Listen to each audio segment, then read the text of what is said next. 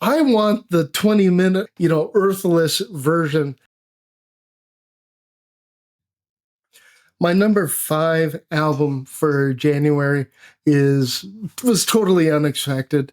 I don't review a lot of Doom on here because I'm kind of picky when it comes to Doom, and this one came from totally out of nowhere. Of course, I'm talking about Malicious, and there absolutely is absolutely fantastic album, Cerberus. And what I love about it is on the album cover, he's written it in like the Old English S.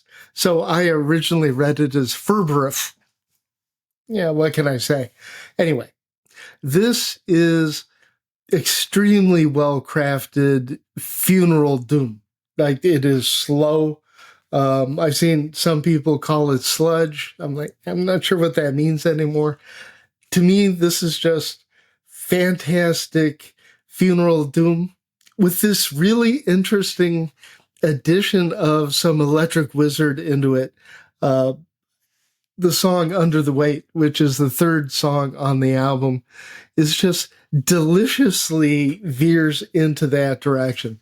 Now, this is a one-man band, so bass, drums, guitars, everything is performed by, I believe his name is Michael Maclow. This is his 20th album or something like that, and I had never heard of him before. So I find this, I can't remember where I found it. It might have been an email, but I listened to like 10 seconds of the opening track, which is Even Against Sorrow, and I immediately texted Reverend Fuzzcut, and I'm like, dude, you need to listen to this and you need to buy it. And he's like, I can't afford to buy anything right now. And like 2 minutes later, he bought it and he went as crazy over it as I did. If you like your Doom, low, slow, crisply recorded, the recording is fantastic. And what I really appreciate, obviously he's done work before because each instrument has its own voice. It doesn't really sound like it's only one person playing it. Absolutely love this album. I highly recommend it. I have not had time to look at the rest of his discography, but if you're a fan of Electric Wizard, of Monobrow, of Ahab, of Bell Witch, if you like it just funeral and dark, at times suffocating, with a little bit of spice of some Electric Wizard groove, this is going to be a great album for you, so I highly recommend it. Number 4 for me comes straight out of Germany, and this is another one that I did not see coming, and this is extreme progressive doom. It's Black Sadu and Ashes of Ether. I'm pretty sure it's Ether. I never know if it's Aether. Somebody let me know in the comments. This is one of those albums that seriously, you want to turn the lights down. Me, I drink a cup of chamomile tea, but you might want to do an edible, your favorite beverage, or something else. Kick back and just put some decent headphones on, and this thing is going to take you on a journey. I love Voivod, and it's the concepts of Voivod that keeps me going back to them year after year after year. And finally, okay, this is a Doom album that it's based on a science fiction premise. It reminds me thematically of Voivod. It doesn't sound anything like them musically. The other thing that I really appreciate about this band is its Doom, and the vocals really remind me of Cathedral, and it's really gratifying to hear a band kind of call back to Cathedral, who I feel like are a little bit forgotten as one of the formative bands. This is a dark album that has those crushing, heavy metal moments that, on the one hand, it's oppressive, but damn, this is really, really good songwriting. The other thing is they have patience, right? But they also have editorial restraint. So it's not like this is a single album composed of 3 20-minute songs, there's interlude. There are changes in tempo. There are changes in feeling and atmosphere. This is just a top-notch album that, frankly, it's number 4 right now. It would not surprise me if it maintains that position, by the end of the year. It is one of the most unexpected and fun, heavy Doom releases I've heard in recent years. Highly recommend it. Anybody who's read my blog or seen my stuff, I have been telling everybody that I know for the past 2 years that Banshee is the best unsigned band in the underground in the country. And their recent release, The Long Road, just simply proves my point. I have talked to 5 music labels. I've talked to teen PR companies, which, by the way, they actually have PR for this one. I love Banshee. Banshee is like eating a little bit of ginger after you have some sushi. It is a total palate cleanse. It is a cult rock. It's a very retro, doomy, kind of on the same level as Blood Ceremony. Although, to be honest, even though this will confuse people, I like Banshee a lot more. I think Banshee has a lot more variety going on. The vocals, Romana, when she performs, and I got a chance to see them live, she comes across like a person possessed by a demon. And then I realized, no, Romana herself is the demon that possesses other things in the Neverworld. She's a once-in-a-lifetime performer. Her vocal performance on this is her strongest, her most confident. The other thing that I love about Banshee, and similar with bands like Blood Ceremony, it's not fuzz-driven. It is a natural overdrive in the amplifier, and the guitar playing it's just the next level. And Banshee's one of those bands that on first, maybe second, third listen, it's going to be all about Romana and her vocals.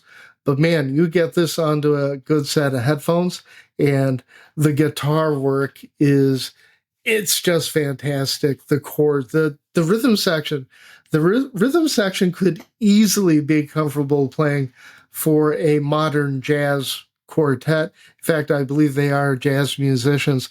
The whole thing comes together into easily their best album. The Long Road is also a bit of an homage to The Lord of the Rings. They're huge Tolkien fans.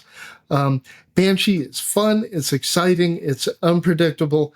For those of you, my age or around there, it is a bit of a throwback to an earlier era, but this is thoroughly grounded in modern topics, modern production.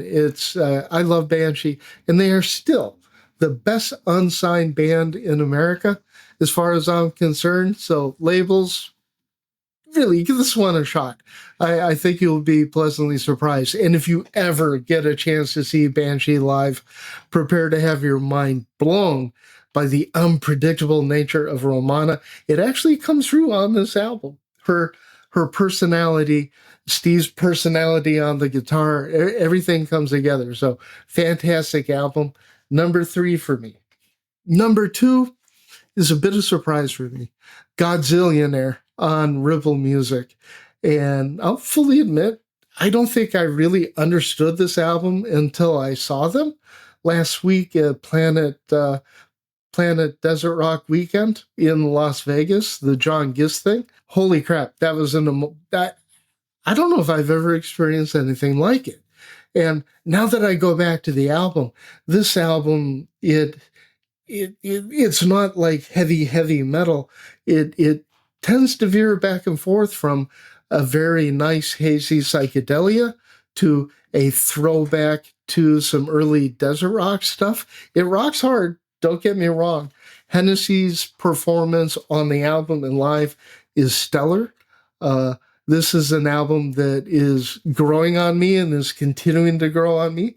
And at the end of the day, I had to put this in at number 2. This is going to be a big album, and it would not surprise me if Godzillionaire places within the top 3 on the Doom charts, because all my friends are absolutely going nuts about this album.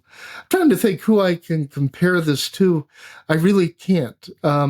Maybe Yawning Man in some of their rockier stuff. Maybe, I tell you, I draw a blank. When I listen to Godzillionaire, I forget who they are. I forget that there's other music. I was sitting in a room with some friends. I'm like, oh my God, I love this. What is it? And it was Godzillionaire. They throw so much into this album that I think it might remind me of Color Haze, not in sound, but in the ability to draw you in. And on every single consecutive listen, there's something else to hear in it. And it's a mesmerizing and an extremely emotional album. Now, when Rev and I did the heavy radar, I commented that I thought the album cover did not serve the album well. There's a lot more to that album cover than meets the eye.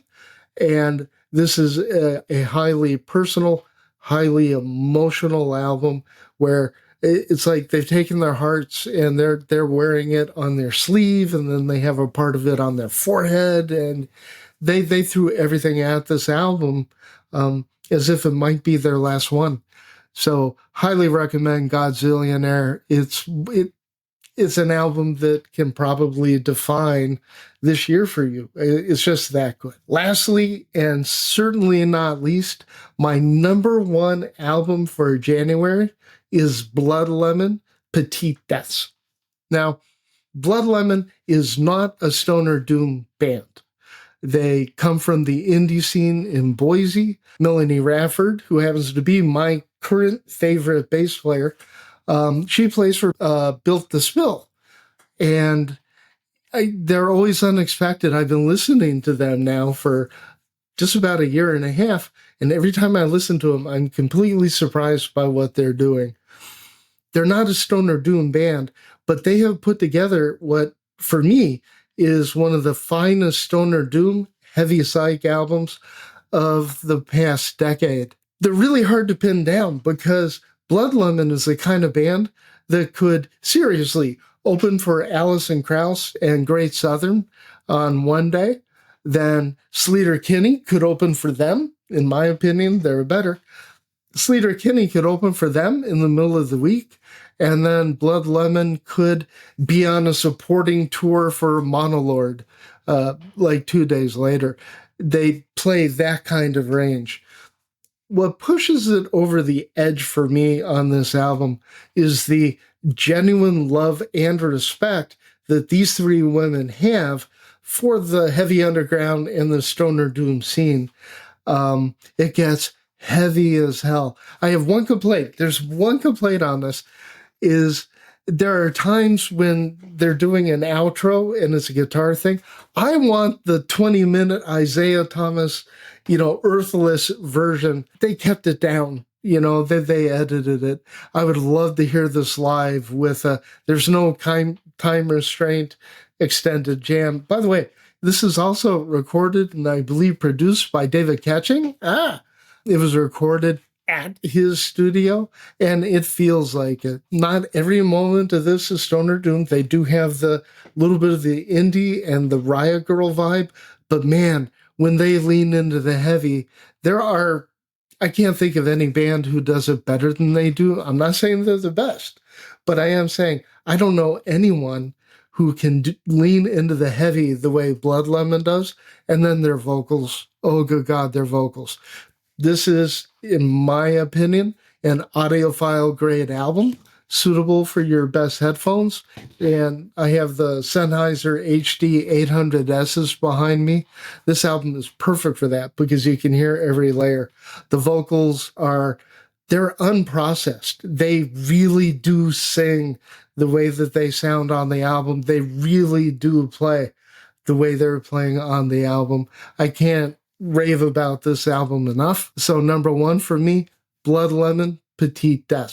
Now, shout out to Crystal Spiders, who I just got this t-shirt in the mail yesterday. So my question is, will Crystal Spiders make it on one of these lists? I think they will. Hopefully they have new material coming out. In the meantime, love the shirt, and because I needed something that wasn't just totally black. Thank you for listening. Those are my top 5. If you want more, and of course you want more, Reverend Fuzzcut is going to be publishing his top 15, I think, over on Monster Riff, which is part of this whole thing. So Rev is going to have his in writing. These are my top 5. Thank you so much for staying this long. If you like what we're doing, please like and subscribe, and go listen to this stuff. Seriously, I've got the links down below. Go listen to this. Try it. You'll like it. See ya.